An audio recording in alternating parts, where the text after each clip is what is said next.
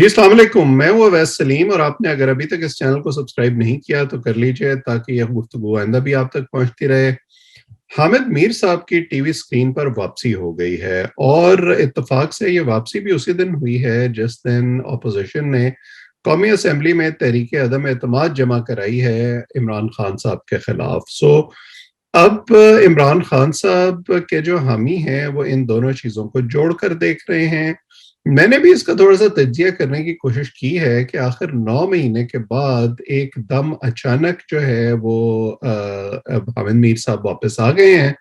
تو اس کی وجہ کیا ہو سکتی ہے؟ مجھے دو تین باتیں سمجھ میں آ رہی ہیں۔ بنیادی طور پر میں حامد میر صاحب کی واپسی پر ہی بات کروں گا، لیکن ظاہر ہے کہ کیونکہ وہ عدم اعتماد سے جڑی ہوئی ہے تو تھوڑی سی بات اس پر بھی ہوگی۔ دیکھیے، پہلی بات تو یہ ہے کہ جب مئی 2021 میں تقریر کی حامد میر صاحب نے، جب اسد طور پر حملہ ہوا، اس کے بعد پریس کلب کے سامنے جو مظاہرہ ہوا، اس میں جو تقریر انہوں نے کی،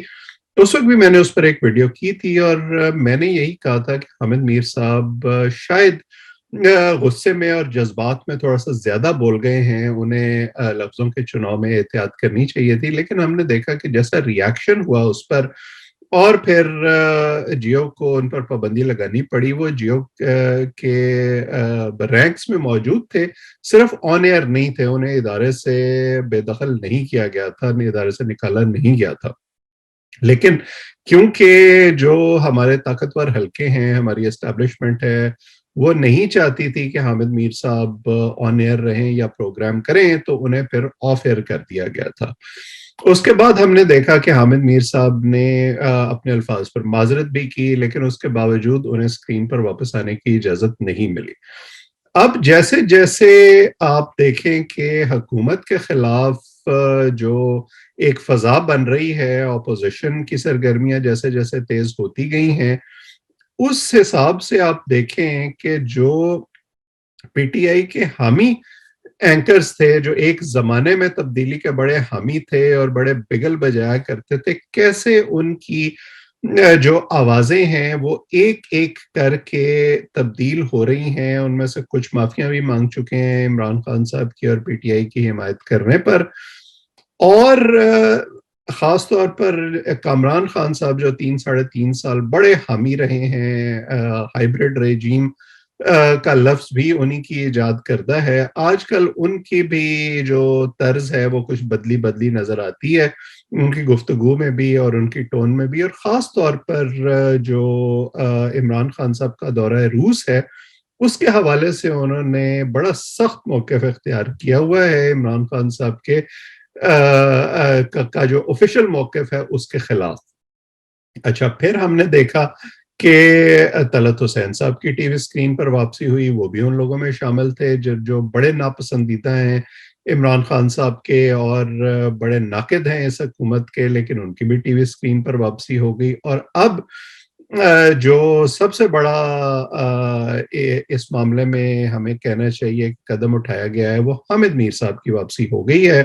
میں اس کو صرف ایسے نہیں ریڈ کرتا کہ یہ ان کو معافی مل گئی اور وہ واپس آ گئے ہیں اور وہ اب اپنا پروگرام کر رہے ہیں۔ میرا خیال ہے کہ یہ ایک پیغام دیا گیا ہے عمران خان صاحب کو، کیونکہ آپ جانتے ہیں کہ عمران خان صاحب اور ان کی پارٹی حامد میر صاحب کے حوالے سے بڑا ایک خاص طرح کا موقف بناتے رہے ہیں کہ جی یہ تو انڈین ایجنٹ ہیں، اور یہ تو جو ہیں یہ پاکستان کے دشمن ہیں اور غدار ہیں اور وغیرہ وغیرہ۔ لیکن اس دن جب عمران خان صاحب کے خلاف عدم اعتماد پیش کی جا رہی تھی، اس دن انہیں سکرین پر واپس آنے کی اجازت دے کر بیسیکلی عمران خان صاحب کو یہ پیغام دیا گیا ہے کہ آپ جو یہ نیریٹو بنانے کی کوشش کر رہے ہیں کہ میرے خلاف سازش ہو رہی ہے اور میرے خلاف جو ہے وہ غیر ملکی طاقتیں اکٹھی ہیں اور میرے دشمن اکٹھے ہیں اور ان کے ایما پر سارا کچھ ہو رہا ہے، ایسا کچھ نہیں ہے۔ اگر آپ یہ نیریٹو بنائیں گے تو پھر ہم آپ کے ناقدین کو بھی یہ اجازت دے سکتے ہیں کہ وہ اس نیریٹو کو کاؤنٹر کریں اپنے طریقے سے، اور جو ہم آپ کے لیے ان چیزوں کو کنٹرول کرنے کی کوشش کرتے تھے وہ آئندہ ہم نہیں کریں گے۔ اب یہ اسٹیبلشمنٹ یہ کیوں کر رہی ہے، یہ بھی ایک سوال یہاں پہ اٹھتا ہے۔ وہ اس لیے کر رہی ہے کیونکہ یہ بڑی واضح اس کی نشانیاں بھی ہیں. کچھ لوگوں سے میری بات بھی ہوئی ہے کہ ہماری اسٹیبلشمنٹ خوش نہیں ہے اس بات سے. نہ وہ ایک تو عمران خان صاحب کو ایڈوائز کیا گیا تھا کہ وہ روس کے دورے پر نہ جائیں ان حالات میں، لیکن وہ پھر بھی گئے کیونکہ وہ یہ سمجھتے تھے کہ وہ جو ان کی اندرونی محاذ پر ناکامیاں ہیں ان کو اس طرح کا ایک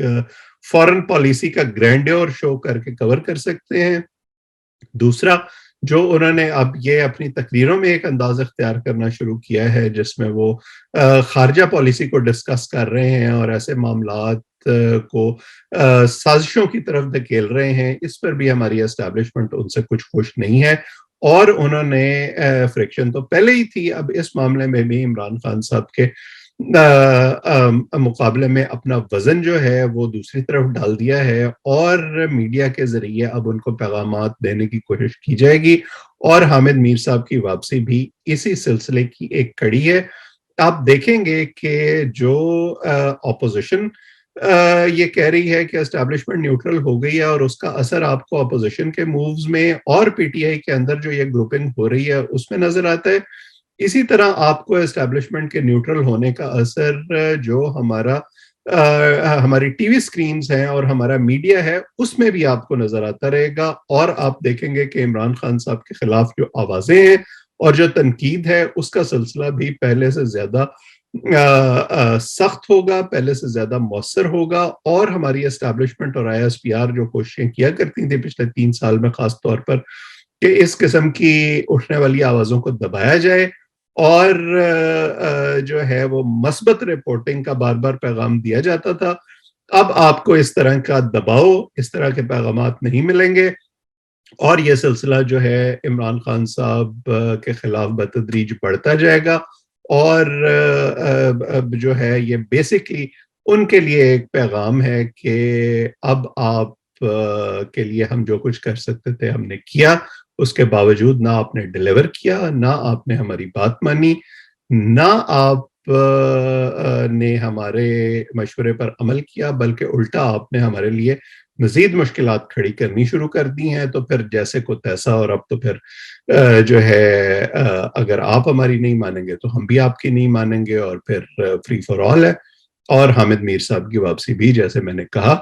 اسی سلسلے کی ایک کڑی ہے. بہرحال حامد میر صاحب بڑا معتبر نام ہے پاکستانی صحافت کا، بہت سینئر صحافی ہیں، بڑی لمبی سٹرگل ہے ان کی،